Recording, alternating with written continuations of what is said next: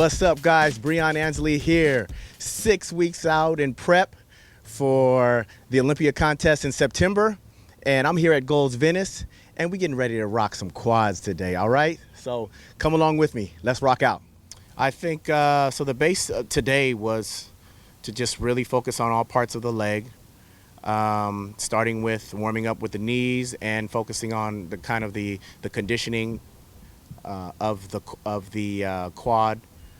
When I flex, I get that out of leg extensions really well. And then we just focused on kind of just putting a little bit more blood into the quad with our power movements, you know, squat movements, power leg, vertical press, jump press, single leg movement, which is kind of different.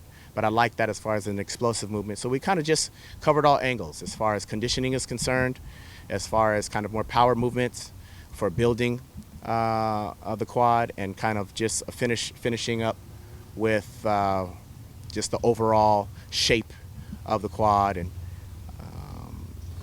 and building new muscles, you know, in the quad. Yeah, tearing down the muscle. The quads and hamstrings are very important in classic bodybuilding. I think, you know, back in the day with, you know, in the classic era of the 60s to 70s, maybe even the 80s, you know, the legs weren't as developed like they are now. And, you know, bodybuilding evolves and it changes and it gets better. So I think nowadays the classic bodybuilding competitors have a harder look to the legs, maybe more of a bigger leg, more of a sweep, more of a developed sweep to the quad, developed hamstring, and more of a conditioning feathered look as well. We also bring, you know, striated glutes, and really good conditioning to the hamstrings as well. So I think it's a different era now. It's a more evolved classic bodybuilding look. So quads and hamstrings are very, very, very important for the classic bodybuilding look of today.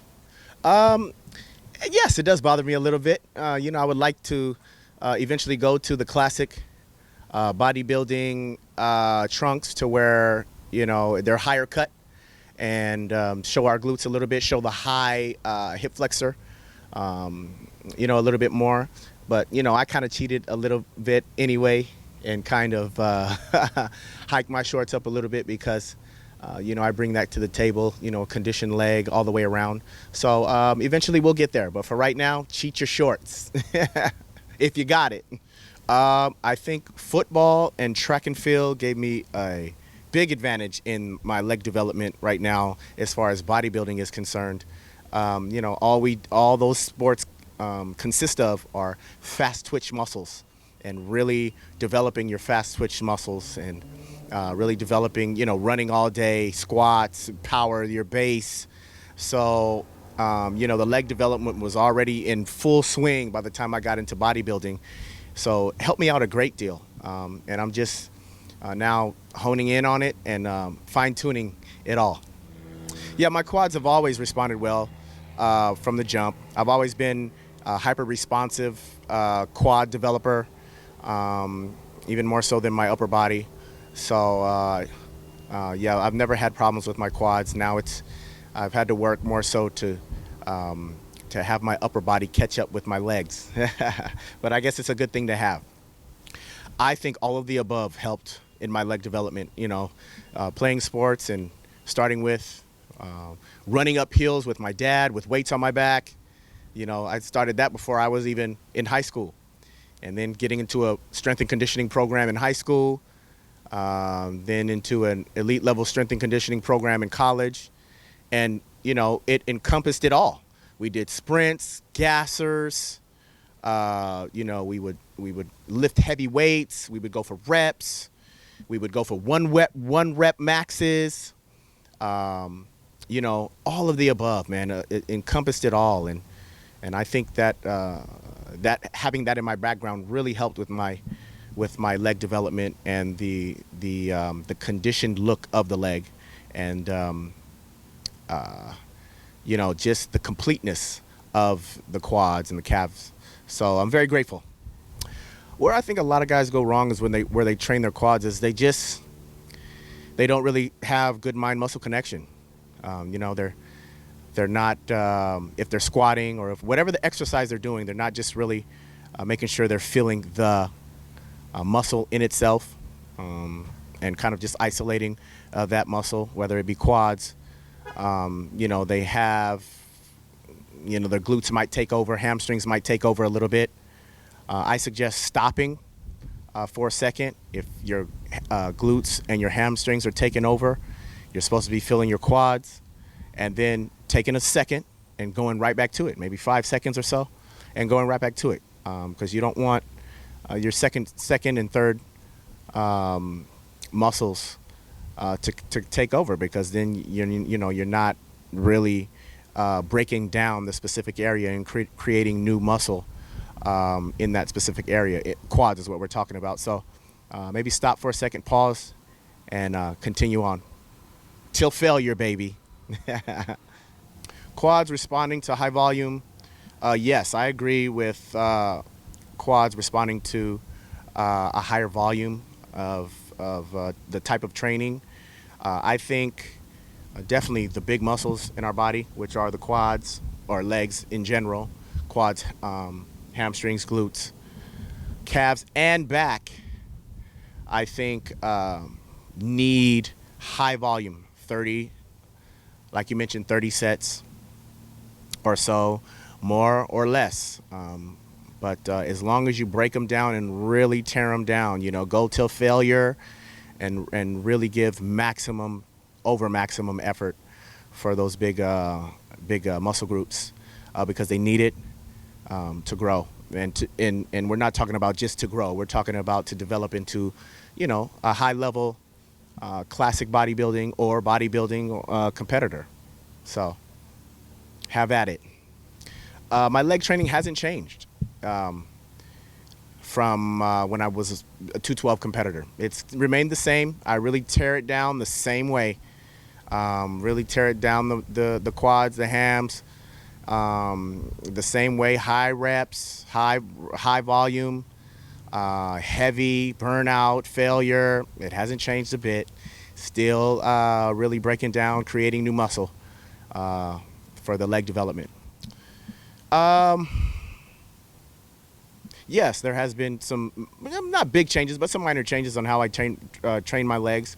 I've really been focusing on tempo this past year, really focusing on the negatives, really focusing on explosive movements. Even I try to go even with heavier weight, really exploding on the concentric movement, really focusing on the eccentric movement, the negative. So yeah, really focusing on tempo more so. In the past year has been the big change, the biggest change that I would say. I am satisfied with my quad development. I think there's always room for improvement. Most definitely, we're all perfectionists in this sport, and to compete at a high level and to be the best, you gotta always be striving for more and be wanting more, and I do. My right quad is a little bit smaller than my left quad, so I need that one to catch up a little bit, and we're gonna continue to work. We're gonna continue to work. We're gonna continue to work hard and have great legs in classic bodybuilding, and really, you know, make a name for myself as far as the leg department, in the leg department, if it's going to be that way.